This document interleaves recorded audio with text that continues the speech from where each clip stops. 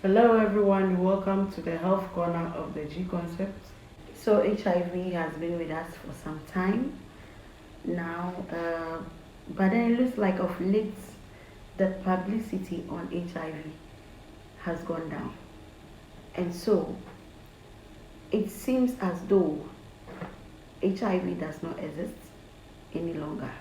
How are the youth managing their lifestyle as a result of this? Christmas is in the corner, and I know that a lot of things goes on, especially when it's festive season. Do we still have infections? And if we do, how is it? What is the rate? What's the prevalence rate, especially among the youth? How do you know that your colleague, your friend, that person you are having unprotected sex with is HIV positive? So Friday is World AIDS Day. Taking it upon myself to do some education once again on HIV and AIDS. We name it the HIV and AIDS population. So, what is the AIDS population in Ghana? This is what we are coming to take a look at in our discussion today. That HIV and AIDS is no longer in existence, especially after COVID, when it looks like the most dangerous sickness that ever hit the world in our time is COVID-19. And so people have lost their guts when it comes to HIV and AIDS. So it's just a gentle reminder to you out there, especially the youth, that HIV is still in existence. So what is HIV and AIDS? HIV stands for the human immune virus. If they say something is immune, it means that it has resistance. And then when we talk about AIDS, we are talking about acquired immune deficiency syndrome. So the HIV is the infection stage, whereas the AIDS is the acquired stage. So after the infection has fully grown and it's acquired, then it becomes AIDS. So let's go to our discussion with a statistician with the Ghana Health Service to tell us the figures as it stands now. Let's pay attention to that of the young ones, I mean the adolescents and the youth. Stay tuned. With me to do this is Mr. Francis Osum. Francis, you're welcome. Thank you very much. Yeah, so Francis is a statistician with the Ghana Health Service.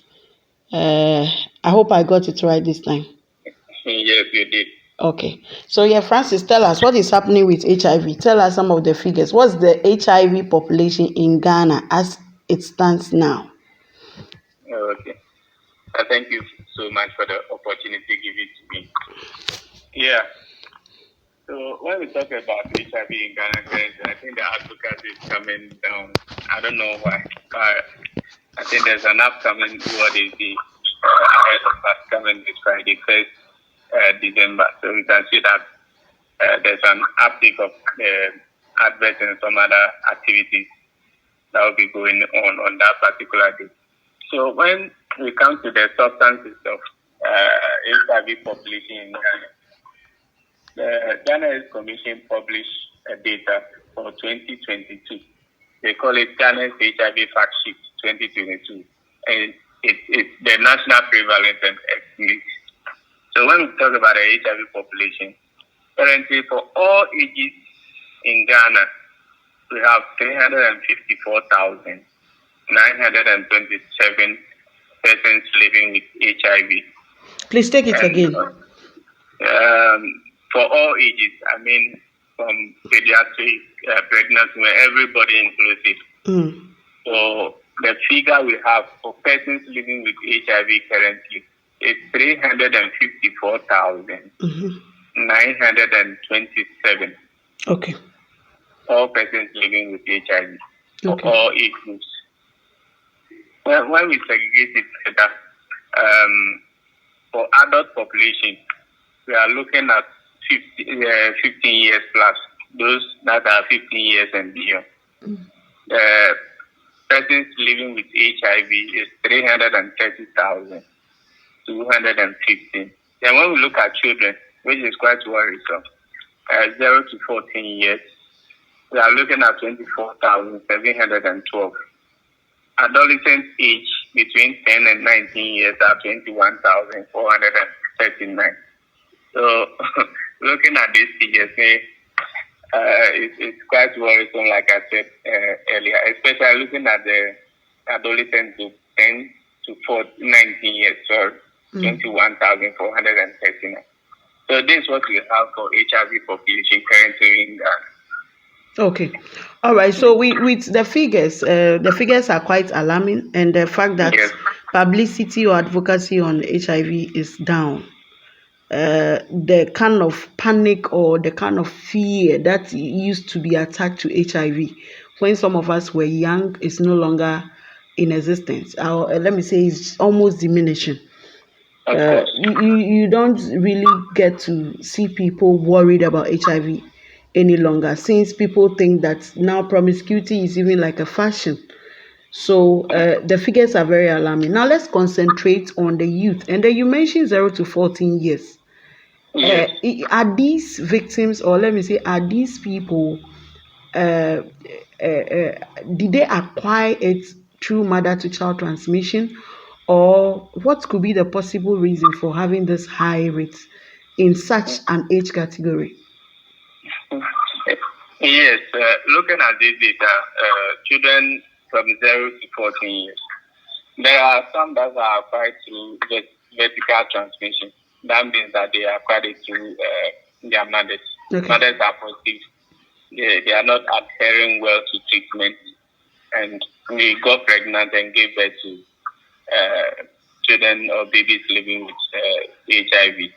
And then looking at age, possibly we can have people 13 years. Sometimes in the hospital we see 13-year girls who get pregnant 14 years. So you can see that at least for those 13, 14 years, some of them can get it from their own activities, sexual activities. Okay. But looking at the age group of 10 to 19 years, at least the figure there, 1,791. These are people who can acquire it on their own if parents are not so careful, taking care of their children and all that, and those living on the streets and all that. So, possibly some of them got it from their mothers, some also got it on their own. But so your data could not indicate the percentage that got it from their mothers or those that got it from their personal activities, right? Say again, please. The data you have could not explain or cannot tell us those percentages that had it from the mother and then those that had it from. HIV prevalence estimate that they give in the country. NSDP does that every year. Okay. It does not set out to give the reasons for the prevalence. They only look at the cases as they are. So they don't set out reasons for some of these things. So maybe we can delve deeper into it and try to do some of these things in different contexts so we can know the reasons why or how these people actually contracted the disease. Okay. So then let's also move further to from that's the adolescent age, what we have just talked about. Yes, 10 to 19 from years. 10 to, yes, that's the adolescent stage. So let's move to the youth, the next stage, which is I think from 15 years, right? You have another data on 15 years. Okay, so give us that one as well. I know youth, by definition, some courtesies define the youth up to 40 years. But then let's take up to 24 for the purposes of time so that we can continue another time with the rest of the age groups. That's right. Yeah. So for young people within that age bracket, 15 to 24 years, the figure we have is 4,610. These are individuals who contracted the disease condition. Okay.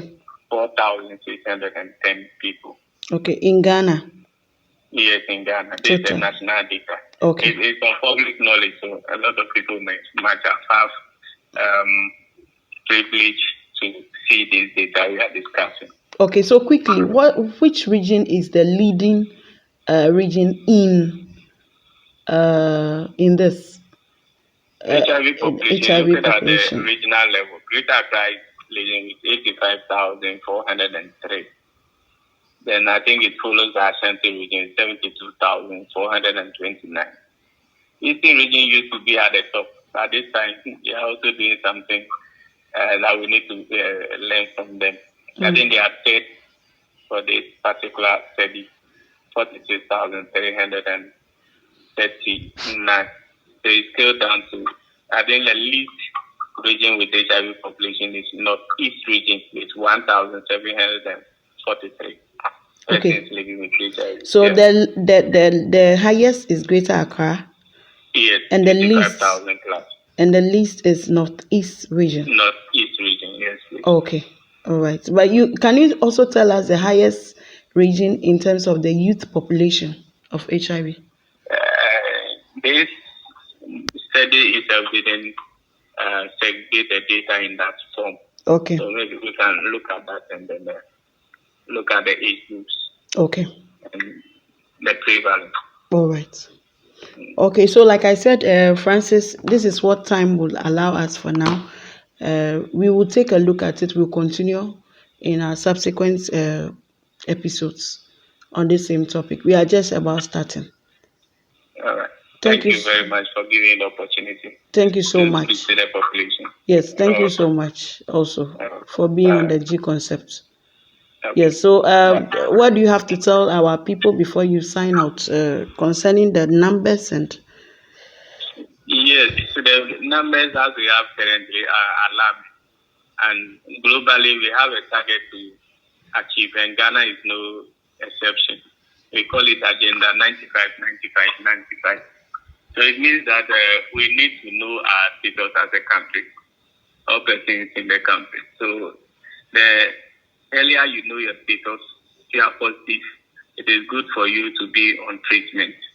So I will advocate that coming up this World AIDS Day, let's take up the opportunity to avail ourselves for the screening. There will be a health team all across the country to be embarking on this HIV knowing your status campaign or the celebration itself. So please avail yourself. There's also an HIV self-test. It's a test kit that you can get it from. When it is rolled out finally, you can get it from the pharmacy shops, hospitals. You'll be taught how to use it. And you go home, you conduct the test. Depending on the outcome of the results, you come to report at the hospitals. We do further investigation, and if you are positive, we can put you on treatment. So I will urge all of us to avail ourselves. That would be an interesting one. You know, I can just imagine. Let's talk about this in another episode because I can imagine what will happen when people have to test themselves and then maybe know that they are positive and what to come out of it. So thank you so much, Francis, for your time. Thank you for being on the G Concept. Okay, so this all time will allow us. Thank you so much for being with us. So we come your way again. Stay blessed and bye-bye.